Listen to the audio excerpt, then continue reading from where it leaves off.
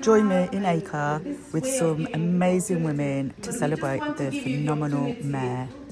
Yes, my name is Dr. Alice Mpofu-Coles. I'm the mayor of Reading, actually the first female black mayor of Reading.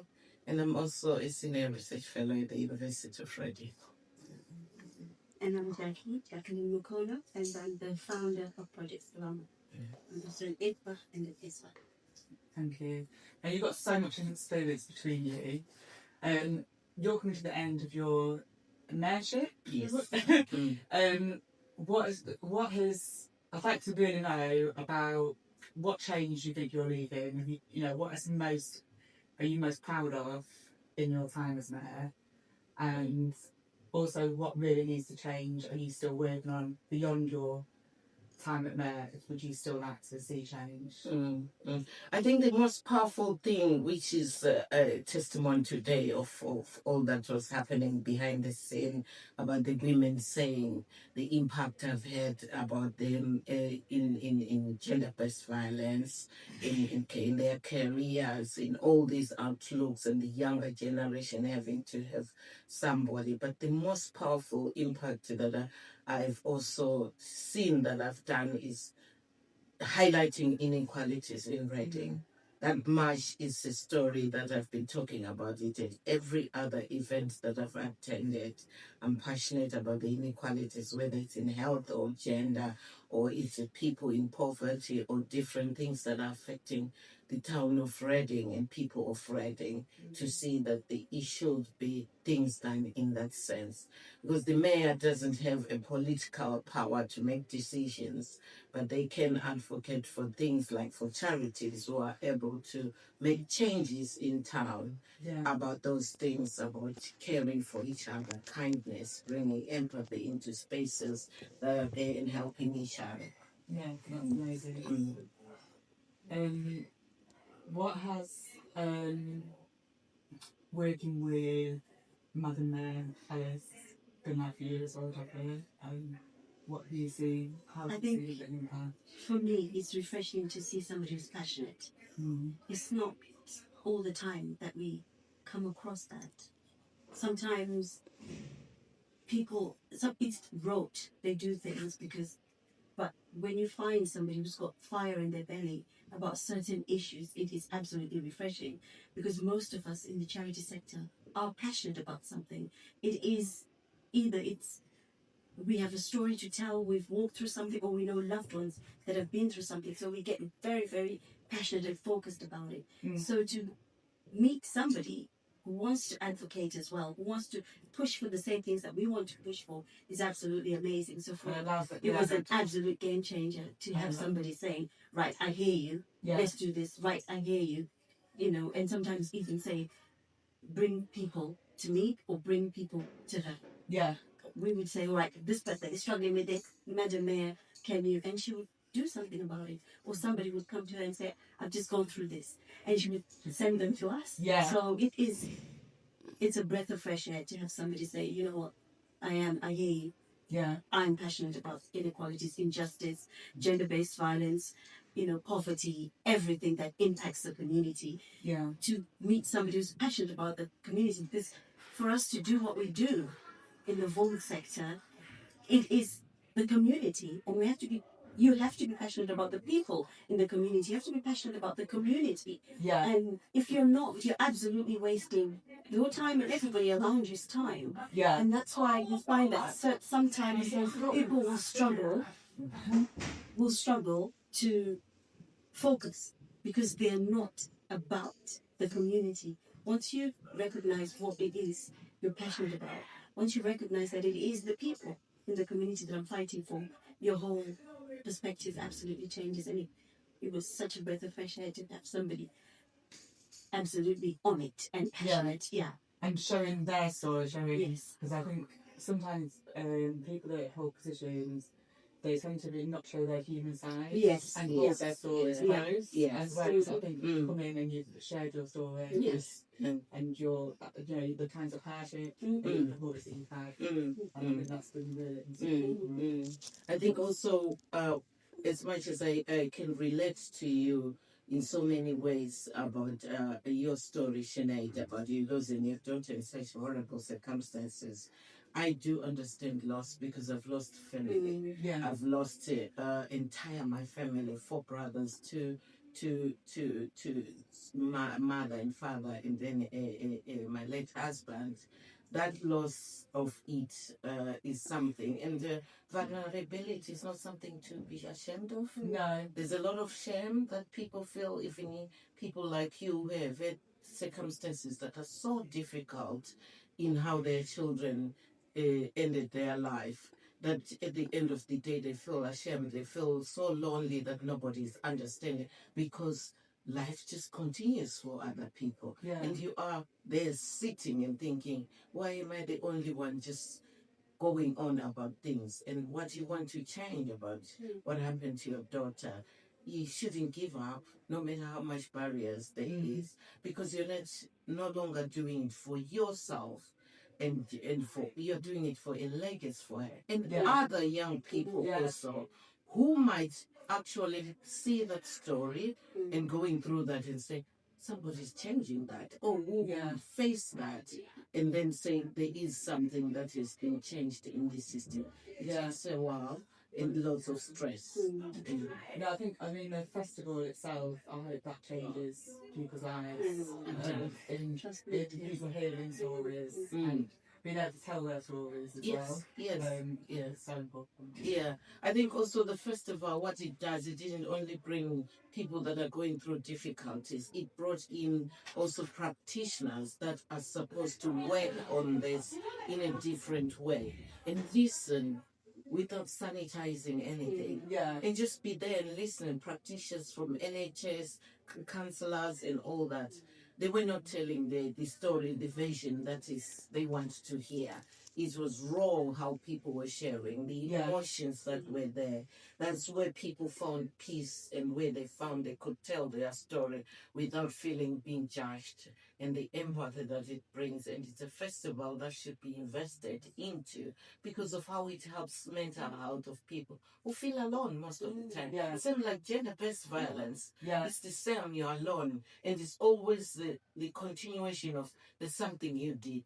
That's why you ended up like this. The mothers like you, there's something you did. Gender-based lived experience, there's something you did. That's why you ended like this. And then the shame about that, then you hide. It's so damaging. Yet no, you actually didn't do anything. No, we've all done our best. Yes, we all did our best. Yeah. And there is the book I always go to called The 4 Agreements. Always do your best. One of the 4 pillars of what he talks about, Kawela, is always do your best. You do your best as a mother, you do your best as a wife and a partner and whatever. The people that you meet, Jacqui, those women did their best while they were there. They did their best, but they don't deserve to have gone through all these things that they did. And it needs to be recognized. It's really a pandemic thing, and it's very much getting worse, and working collaborative with police and all the others, not to dismiss and victimize the people that are going through that, not to victimize you as a parent who has gone that and all that, but understanding that these things that you're facing are yours. You cannot say, oh, but there's a lot of other people that have faced that. You're uniquely yourself. You face trauma in a different way from myself, from herself, or any other person. You want some changes to happen, and they need to happen so that there won't be another child like yours who ends up in their life at a very prime age. You want things to change because you have lived through that. You want things to change so that there isn't any other woman who goes through that every day with their children. The worst part is with their children who will live a traumatized life forever. And people completely underestimate, and that's why also the law specifically changed to identify that children are no longer witnesses, they're victims in their own right. Because the knock-on effect is absolutely unfathomable, you know. And speaking sometimes with child victims who are now adults, they come to us not because they're going through abuse right now, but because of the abuse that went on with our children. Yeah. And this is why I always say to people that an abusive father will never be a good father. Yeah. Never. I know my regardless, how people try to sugarcoat it. If a man is abusing the mother of his children, he's not a good father. Full stop, end of story, no negotiations. Yeah, I know my daughter was affected by abuse before she was even born. Yeah. And I think it's really difficult when, if you haven't got the language to describe how you felt, then how can you, start to heal? It's very difficult. And I think back then we didn't know about how trauma affects babes in the womb and early years. Whereas now there's a lot more research. Research, of course. And we understand it. So I think there needs to be a lot more support, isn't there, for people fleeing domestic abuse and the children. Yeah. Because the children get forgotten sometimes. I agree. And it's sort of seen that the woman's fled domestic abuse. She's safe now. That's it. Yeah, it's just the beginning. Yeah, it is. It's just the beginning because people completely discredit how the impact of that trauma has on your mental well-being, on your physical well-being. Yeah. All kinds. Oh my gosh. It is big.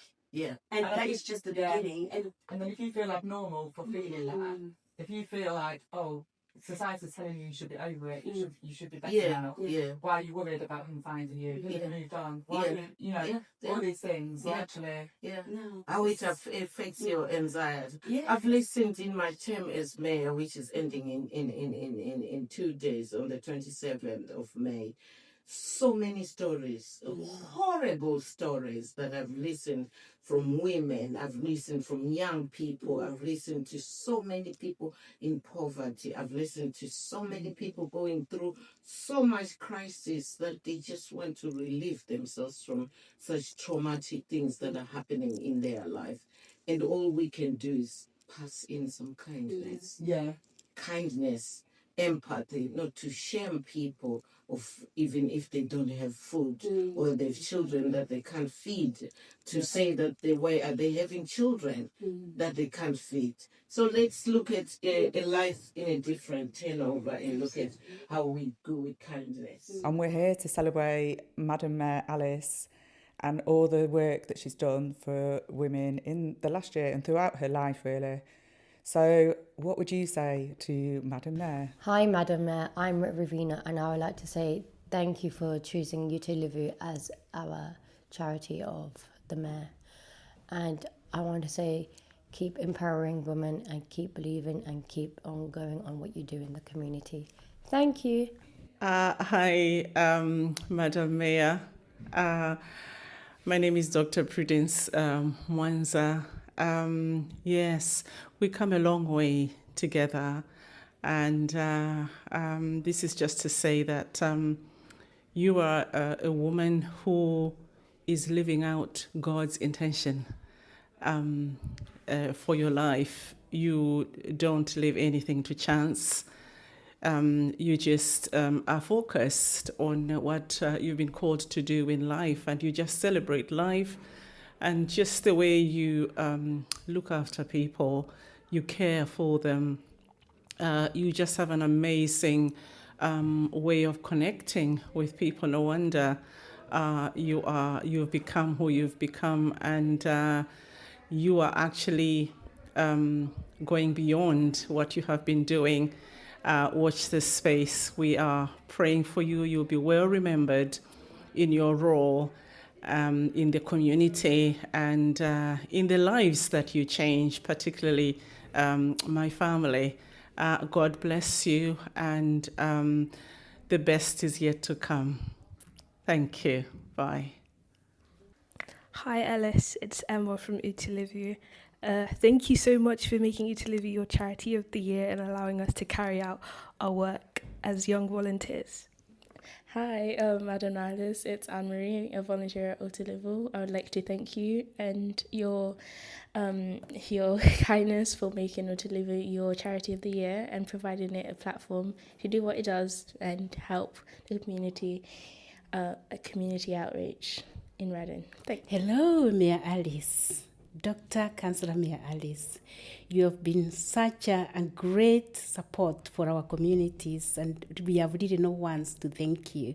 We described you as a lioness when you started, and you have definitely confirmed that.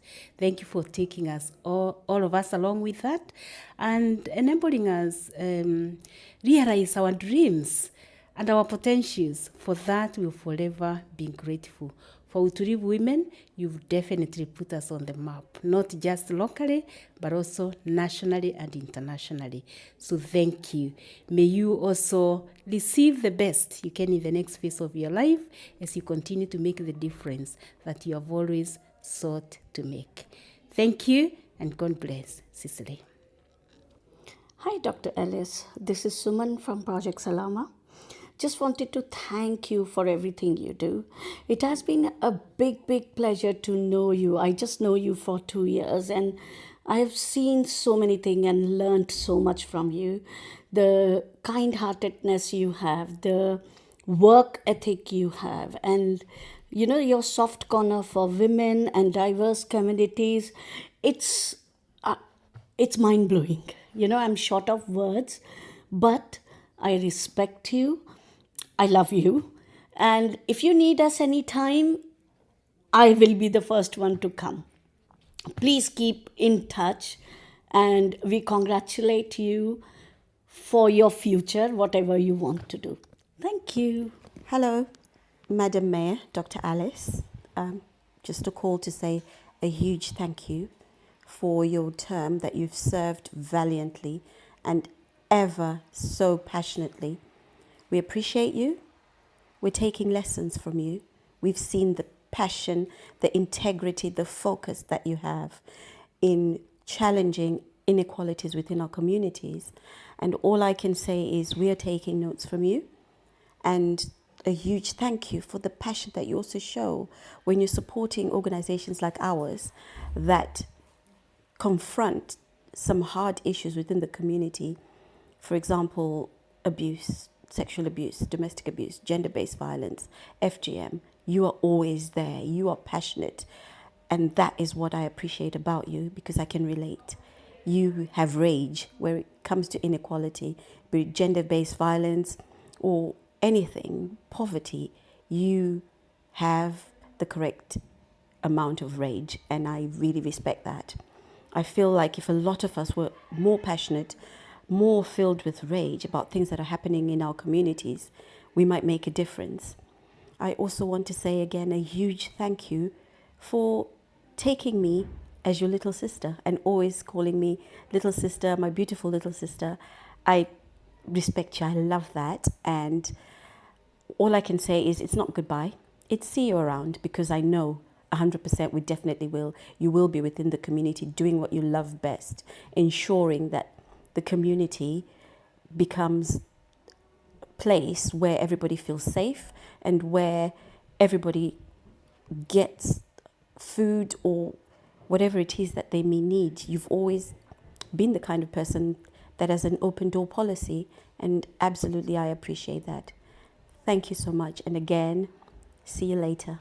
Hi, Mayor Alice. My name is Sophie Chifue Moinga. The first time I met you properly was at the last mental health event. To be honest with you, I knew about you from my friend Pro, but to sit and hear you speak about your passion and concern, for communities, just inspired me so much. I count myself really lucky to have been in that event, because I just feel that our communities need people like you.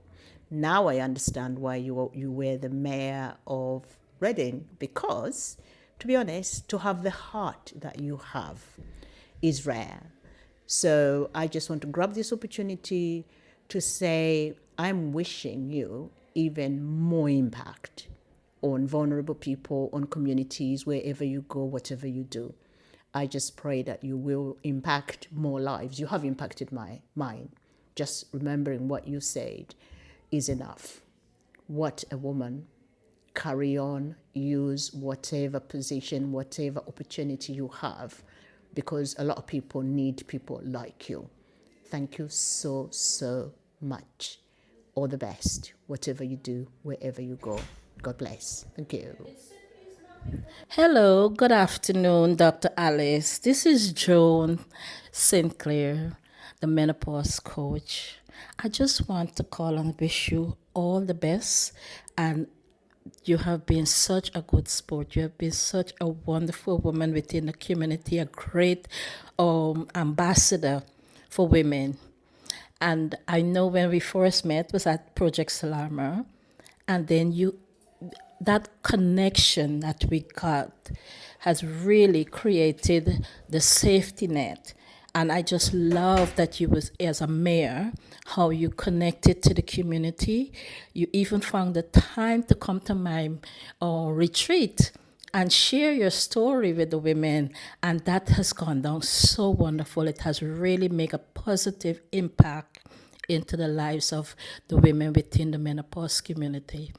I just want to wish you all the best on your endeavors, and know that we are here for you. We love you, and know that we got your back. So go forth. Whatever God got in store for you, He will continue to bless and support you and open doors for you as you approach or you continue on this next chapter of your life. Thank you once again, and it was a pleasure meeting you. Love you. Bye for now. Bye. Hi, good afternoon, Dr. Alice. Selfine here from Utulivu. I just want to say it's been a pleasure knowing you and seeing how much good you've been to the community. And it's sad to know that the tenure is coming to an end, but I believe this is just a start. Thank you so much for your service. Really seeing you champion towards things like inequalities in our community. That's very that's been amazing. Your advocacy, working with the diverse community and being a voice to the voiceless, and speaking up even in situations where people are scared to. Thank you for that. You have been amazing. You're a blessing. And wish you all the best, and hope to work more with you and see you more in the community in greater heights. Thank you, and hope to meet more. Bye-bye. Okay, hi, Dr. Esther. It was really, really nice meeting you, and you've really inspired women in the community.